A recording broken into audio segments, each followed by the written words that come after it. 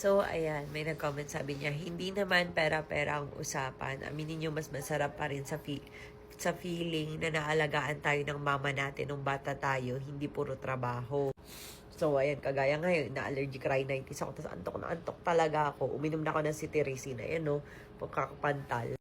So, kagaya ngayon, kailangan talaga ng yaya o mag-aalaga sa anak o tututok. Kasi yung asawa ko busy nag-aayos ng mga e-bike. Tapos ako naman, ganito, kanina pa ako dito, ayan o. Talagang parang kung antok na ina-allergy nga ako, uminom na ako ng cetirizine. So, syempre, importante na, alam ka naman pag matutulog ako, patulugin ko rin yung 3 bata, di ba? Hindi naman susunod yung mga yun. Kasi nga, alive na alive sila pag ganitong oras, gusto maglaro, ganun. And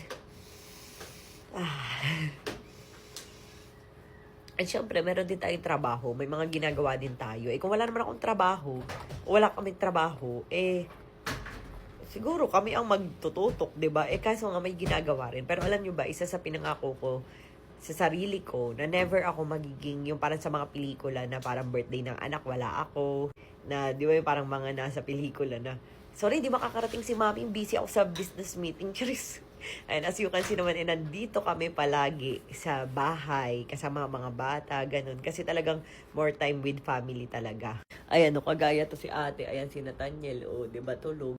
Kumbaga, kahit natutulog, gusto ko talaga may nakabantay sa kanila. Sabi ko nga, mag-focus talaga sila. Sabi ko for example, kahit kay Ate Jean yung nag-aalaga, isa kay Nathaniel.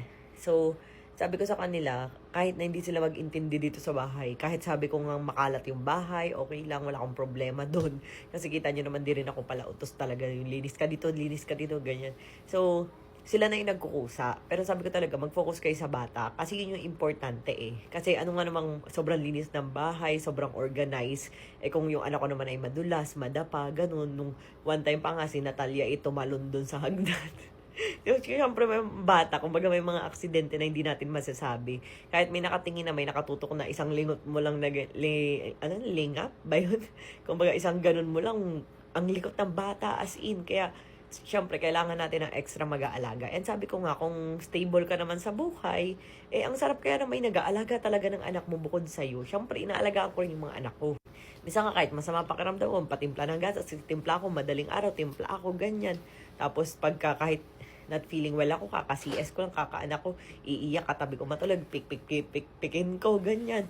Kahit kaka-CS ko lang sa ospital, gusto katabi ko matulog. So, talagang no choice ako. Talagang, syempre, nanay ka, ganyan.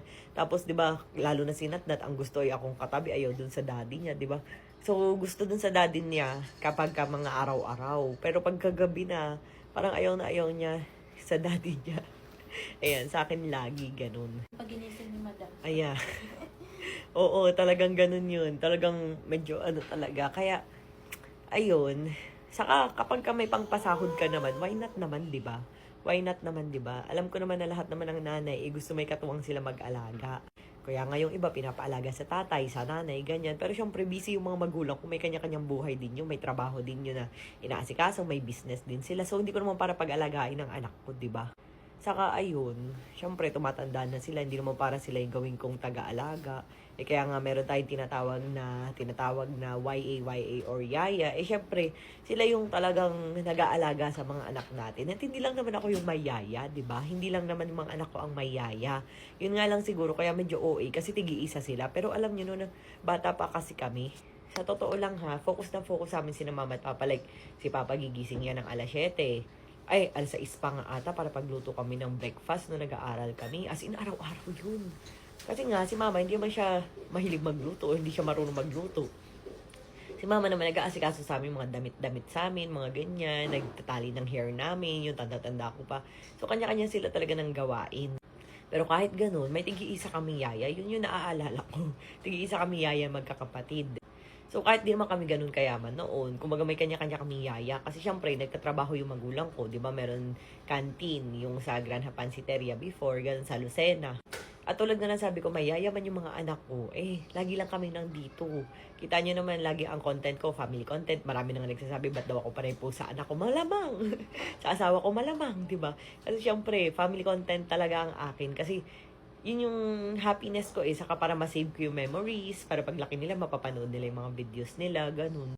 And sabi ko nga, hindi ako yung magulang na magiging busy na walang time sa anak. Kagaya sa mga pelikula na porket mayaman na, parang wala nang time sa anak na, anak, busy kami, di kami makaka-attend ng daddy mo. Kita nyo naman, pag may mga ceremony, may graduation, recognition, or ganyan, nandun talaga kami mag-asawa. Kasi talagang minimake sure namin na nandun kami.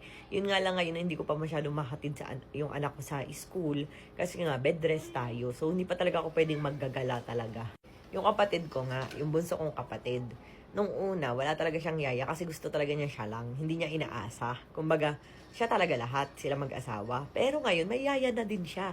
And sigurado na i-compare din niya yung mga eksena kapag ka may yaya at wala. Kasi syempre, kahit naman lagi nating buhat-buhat katabi yung mga anak natin, iba pa rin yung may ekstrang matang titingin, di ba? So, syempre, hindi naman porket magkahiwalay yung mata ko, kaya kong itingin yung isa doon, tingin dito yung isa. Cheers!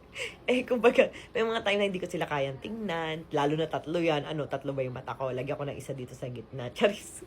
So, ayun lang. Hanggat may pangpasahod kayo, why not magyaya kayo? Para naman kahit papaano naaalagaan yung sarili nyo, 'di ba?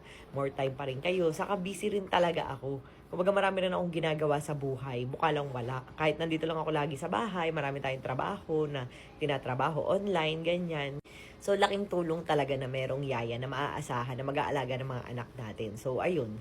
Kung financially okay ka naman, why not magyaya din talaga kayo, 'di ba?